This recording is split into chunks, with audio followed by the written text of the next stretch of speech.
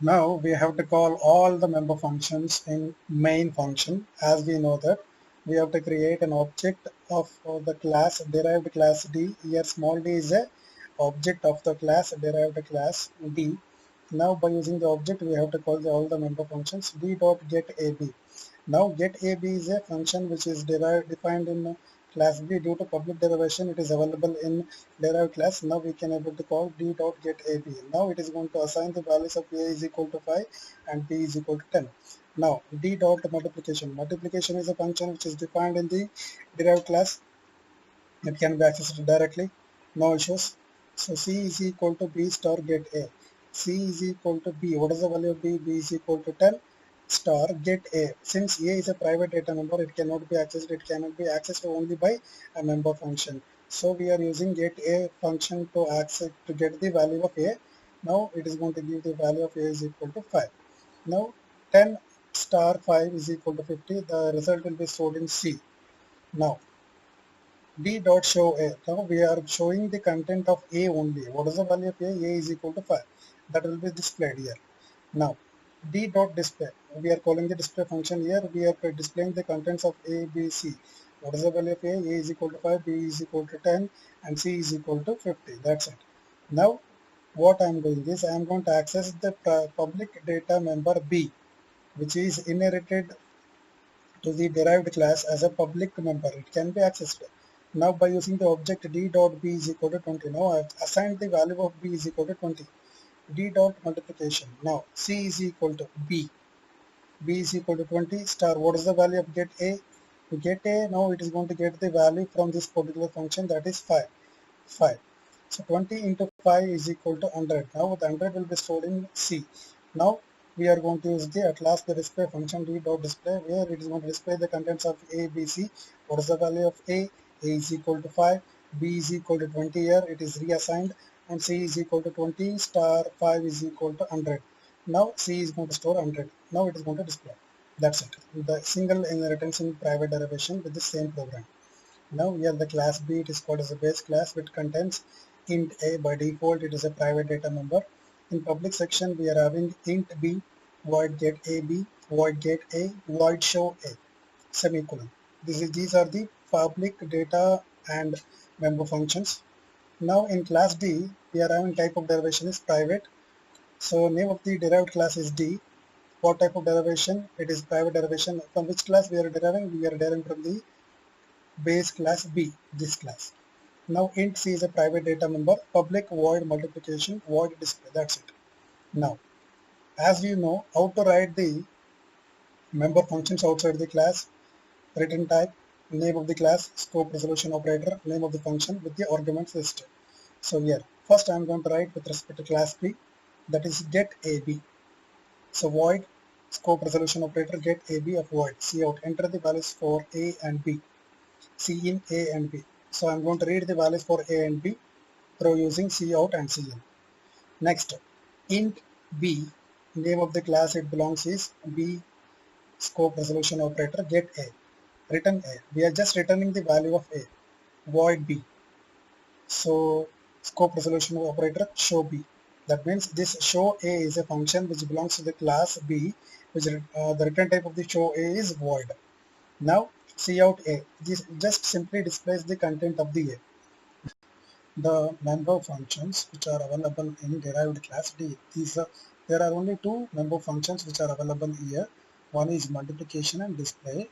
Now I am going to write the multiplication function. What is the return type of the multiplication function? Void. What is the name of the class? D. Scope resolution operator. Name of the function is multiplication followed with the argument list. Get AB. C is equal to B star get A. So now what it will going to have is, we are inside this particular function we are going to call get AB. So now we are assigning the values of A and B through C out and C in. Then afterwards C is equal to B star get A. Since A cannot be used here. Why? Because since A is a private data member, it can be accessed only by using member function. That is why we are accessing the value of the A by using the member function, that is get A. Void D is equal to display. Now in this particular function we are using the show A.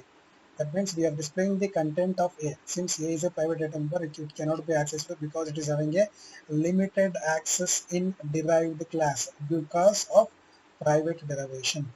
Now cout B, cout C. That's it. Now we know that how to call the member functions inside the main. Int main D of D. Here where capital D is the class, small d is the object which is created from the class D, that is derived class. Now D dot get AB, D dot get A, D dot show A cannot be possible. Why? Because as we know that it is having a restricted access. The objects of the derived class cannot able to access the privately inherited members in private derivation. That is the concept here. So that is why it is not at all work. So how to overcome this? We have to call the two functions, that is multiplication and display. D dot multiplication and D dot display. That's it. Close the function. Okay. Close the function and return 0 at last. So here we have called d dot multiplication d dot display 2 times. So it is going to ask us or prompt us to enter the values 2 times. Okay. Here d dot b is equal to 20. It is also not possible. Why? Because since b is a private data member which is inherited to the derived class, where the derived class in derived class, the private data members which are inherited from the class B are having a restricted or limited access. That is why this is not possible. But whereas in public derivation, it is possible. So now the output of the program, what could be? So enter the value for A and B. A is equal to 5, B is equal to 10. And so the result will be 50. Now A is equal to 12 and B is equal to 20. Now the result will be 240. That is all about the single inheritance through private derivation. How the inheritance takes place. Let us consider this is the class B. It consisting of three access specifiers, that is private, protected, and public. Now, so this is a one type of derivation. This is a one type of derivation. Class name of the class, that is derived class name is D1. Here the derived class name is D2. Here the type of derivation is public. The public members are going to be derived as a public. The protected members are going to be derived as a protected, where the private members are not at all inheritable. That's it. The private members are going to become private in the class D1. Now, come across to the another point. Class D2. The name of the derived class is D2. Here the type of derivation is private, and we are deriving the properties from base class B, and the type of derivation is here private. Now, the private is not inheritable. The protected members are going to become private and the public members are going to become private. Why? Because it is a private type of derivation. So now the objects of D2 cannot able to access the privately inherited members of the class B. Why? Because it is having a restricted access. Now we come across class X. It is a derived class which is deriving the properties publicly from D1 and deriving the properties of the class D2 through protected mode. So it's a class X, it is going to derive the properties publicly from D1 and protected from T2. Now, in public class, public will become public, protected will become protected, where the private members are not inheritable. That's it.